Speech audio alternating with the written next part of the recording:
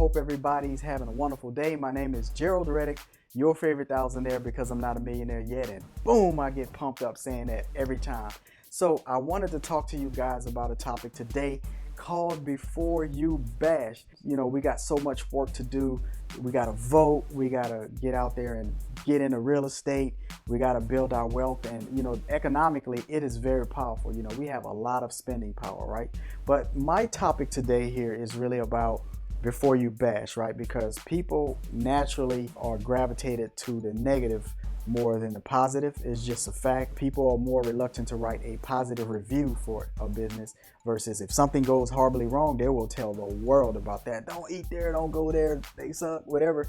So I just wanted to kind of give you guys a perspective as it relates to black economics, right? Now, if you look left and right everywhere you travel, who do you think owns some of the stuff you see? Just drive down any stretch of highway, Home Depot, Lowe's, whatever corporations out there, left and right, mattress store, furniture store, whatever you look to see, gas stations, anything. Who do you think owning this stuff? So the one or the few things that we actually own, if you guys all go in and go hard on it, then it's like, Now, am I telling you not to express your concerns and your views about any business? You should definitely do that if you did not have a good experience. But I think there are ways we can do better with expressing that. When I'm at a restaurant and the service is not up to par, I would ask to speak with someone in charge, and I would just say, hey, I think this food is too salty for my taste, or it was cold when it got here, or the server had his thumb on my plate when he bought it with his hands in my rice. Anyways, I'm just giving you guys some examples versus I'm just going to leave the restaurant, get on Yelp, get on Better Business Bureau, and just hammer the business, right? So when it comes to our economics, you know, I think the best way for people to learn is if the customers tell them, they might be more apt to change it. But if they don't know and they come and ask you, how was everything? It's good. And you just leave, well, they think it's good. And they drive on with that thought process, right? But what I'm talking about here is we have this company called Freedom Paper Company. It's a black-owned toilet paper company. And I want to talk about that for a little bit if you don't mind indulging me there. So here's Freedom Paper Company's reviews. Disclaimer. I am not an employee. I am not affiliated. They're not paying me to defend them or stand up for them or even advertise or none of that. I am a customer just like anybody else. But they are one of the only ones that I know of, black-owned toilet paper companies out there. And look what people are saying. This is about 7 customer reviews right here on the Better Business Bureau, right? And as you can see, their overall rating is probably less than a star, but 1 star here, 1 star, 1 star, 1 star, 1 star, 1 star, 1 star. Now, to sum up the common complaints, poor customer service, that was due to like tracking information for the product shipped or not answering phone calls. Somebody got their stuff 2.5 months afterwards or after they asked for a refund. This is March, by the way. Let's look at some dates here real quick. August 2020. That's kind of recent. June, placed an order in May. So yeah, people are complaining about they didn't get their stuff pretty much on time or in a timely manner, right? I'm gonna go to Freedom Paper Company's website. And here's what it says up top. It says, due to COVID-19, our shipping times is 4 to 6 weeks.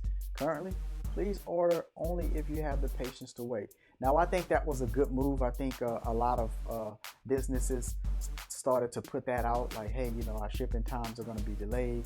You know, and in the backgrounds of that statement is basically because supply is a lot lower than demand, and the supply chain is broken because they can't get the products fast enough. I mean, think about how fast all the grocery stores ran out of food and water.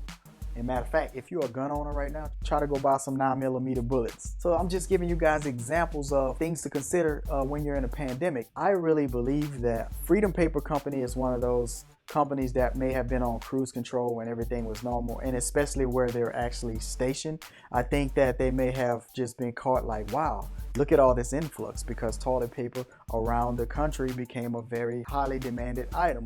So that's what I think happened to them, and they weren't able to keep up. But now that people know of them and more people know of them, I'm pretty sure, or at least I hope, that they are working in the backgrounds to fix that supply thing, right? Now, any company can only get the supplies from the manufacturer as the manufacturer have it available. but once they get it, they have a responsibility to get it to you in a timely manner. So let me share my experience in communicating with Freedom Paper Company and the customer service that I received, which I think was awesome considering everything that's going on with this pandemic. Check this out. So I paid $53 for 48 rolls of toilet paper. So it's 42 plus shipping and handling, and boom, there's the total cost right there. And of course, I paid with a credit card, and that's all that. So this was on the 6th of July right here. Now, I was making some travel plans or preparing for travel. So I sent an inquiry on August 18th right here, just basically asking them, hey, just wanted to check on the status of my order that I placed on July 6th, and I copied this information here from the invoice, and that's what I emailed Freedom Paper Company. Now let me share this with you guys.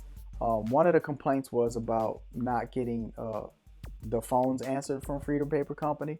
Now when I called them, they did say in a message or words to this effect that they were trying to process the orders and get things out as quick as they can, but they will respond quicker to email. That's what I heard in the message.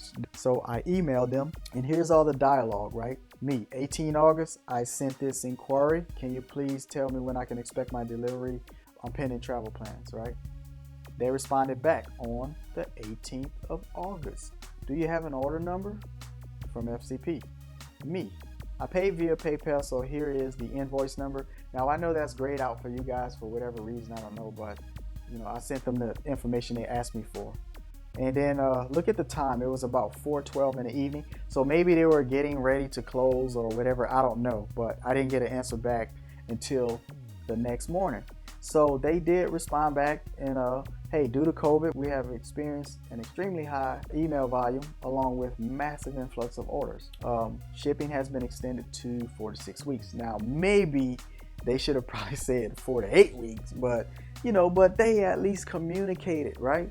And again, for me, this is me, I'm patient, I guess, and I go back to the please order if you have the patience to wait. So that was my mindset when I read this email, right? Like, okay, now I know, right? I get you. And then thank you for your loyalty, in this time, as we maneuver through the pandemic. So those are standard emails. Now, about a few days later, August 24th, hello, thank you for your inquiry. Order number 23830, it has successfully shipped. Here's a copy of the shipping label. It shipped on August 24th, right here in this circle, and it shipped to me, and blah, blah, blah. And there's the order number, 23830, just like it says in the email, right? 23830 has shipped on August 24th. Okay, so what am I talking about here? What am I getting at with you guys? I just want you guys to know and understand, like, before you bash, consider everything, and especially in a pandemic right now, because the service industry, totally different. I'm a DJ. You need me to show up and DJ, I just show up and rock it out, so I have to be on time with the right gear, communicate, blah, blah, blah. That's service industry stuff. But when you guys want your stuff, you got to really, really consider, the supply chain, and because did you guys bash Walmart when they ran out of food and toilet paper for, a long time, weeks? What about your local grocery stores? Did you guys get on and bash them, right? Probably not. You just chucked it up as, man, I can't wait till they get some food and some toilet paper and some hand sanitizer and all the other stuff people were buying up, right? And again, if you're a gun owner, good luck finding bullets right now. You find a few pistols here and there, but that's just the nature of, a pandemic. Everybody's in a panic and they're hoarding and buying up all this stuff. So the demand is way higher than the supply. It is what it is. Now, let's go back to my order. So my order came, and before I get into busting it open, I want to show you guys a quick cost analysis that I put together. So the first thing I want to show you is this.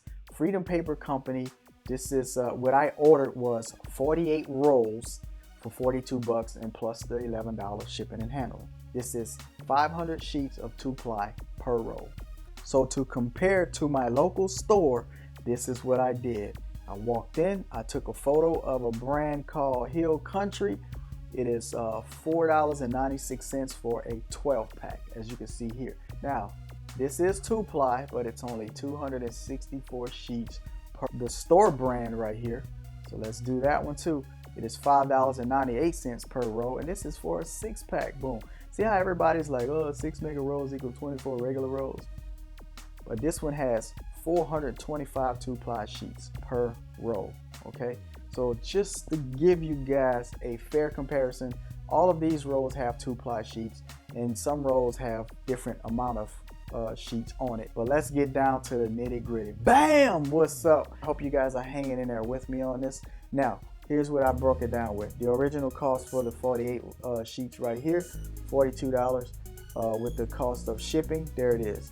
This Hill Country 12-pack, right? This is for 12 packs, $4.96. So to make it 48 rolls, I did a little math, and that's what it will cost me to buy 48 rolls of this one. And then this one is $5.98 for HEB's brand at 6 rolls per pack. So this is the cost to buy 48 rolls. So 48 rolls will cost, with each brand, cost these amounts. Okay, so here's how many rolls per pack originally, and here is sheets per roll, right? Just like I showed you in the previous photos. This is right here how many sheets in the package as you would buy it. So not to be confused, these are how many sheets in 48 rolls. So this brand, Freedom Paper Company, 48 rolls will get me this many sheets, and Hill Country's 48 rolls will get me this many sheets, and HEB's brand at 48 rolls will get me this many sheets. And right here I did some quick math, divided $53 by the amount of sheets, and this is the cost per sheet. I'm a nerd, I know, but anyways, what I was getting at is, you guys can look at the prices like in the store, and you know, in your head maybe do quick math. That's all advertising marketing. This many rolls equal this many rolls, blah blah blah, and then that little fine print stuff, like you're not getting even as many sheets, right? So see the psychology behind that. But the cost and the economics behind this is this: Freedom Paper Company, 0.0022 per sheet. Hill Country, 0.0068 per sheet, so a little bit more. And HEB, 0.0203 per sheet. So HEB brand is the most expensive per sheet. Then that's the middle cost per sheet with Hill Country, and Freedom Paper Company with shipping cost is 0.0022. So they're the less, even with the shipping company, even with the shipping cost, right? So why am I showing you guys all this, right? From an economic standpoint, it was more worth it for me to buy from Freedom Paper Company. The only thing I had to wait though was time. So if I needed toilet paper right now, yes, I can go to my local store and get it. But what am I really saying here? Well, guys and gals, what I'm saying here is this: if we're going to make an impact economically and in black economics, we've got to understand some fundamental things. And one is, you got to look at a company like Freedom Paper Company. If they are the only one, like we only have a few banks, for example, black-owned banks, then why are you guys going to go hammer time on them and stuff like that? Just calm down, look at things for what they are. They did tell you up front, please order if you have the patience to wait, and do your inquiries, you know, listen diligently on the phone. If they say, hey, we're not really answering the phones like that, hey, it is what it is, send them an email, you know, communicate. So in my experience, they did a good job with that. Now, you guys see my calculator up here, right here, but this is basically how I did the cost per sheet thingy, right? I said I paid $53 for Freedom Paper Company's box of toilet paper, right? And the whole box got 24,000 sheets in it. So basically, I just divided the $53 by 24,000 sheets, which gave me that number right there, right? So this is how I was able to get the cost analysis for each box or each package at 48 rolls to see which one actually costs more, right? So that's just some, you know, shopping tips right there, I guess. Again, I know I'm all nerded out with that thing, but anyways, so let me get you guys a camera real quick. Y'all want to see something cool? I got this weird light behind me, and I'm just like changing the color, right? This is how I level up my vlogging. But anyways, let me stay focused. Boom. Camera. I wanted to make this video before I opened up the box. Let's go ahead and get this thing opened up for y'all. And I should have got a knife or something, but anyways. Boom. The dilly. You know what? There we go. All right. There's my box of goodies right there. Huh? So let's see.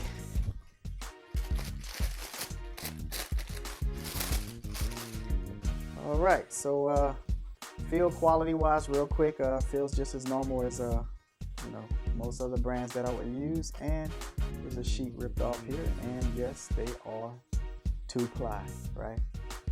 So I would have had to tell them about themselves, they trying to trick me. But anyways, that's how we do that.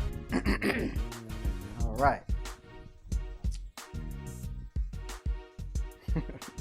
I'm just having too much fun with my little toys here and stuff. But anyways, this is what I have to say, and I'm being totally serious here, right? If you have a complaint or you don't get a good service or a good quality product, communicate that, but try to be more effective, because the fact is we don't have as many black-owned businesses on that level or any level, when you think about major corporations and hotels. I'm not saying there aren't any, but if you look at banks and construction companies and just overall major companies, a company like Freedom Paper Company is one of the few or one of the only. If there's any other out there, please leave it in the comments below. I'll support all of them, seriously.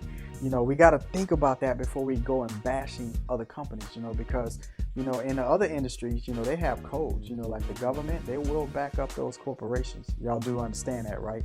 And people will support their grocery stores. In other cultures, not even talking about white people, but in all other cultures, their money circulates within the community. They support each other. They get it. So a part of us fixing our economic issues is we got to get it too. And I'm not telling you to sit there and take bad quality and service, by no means.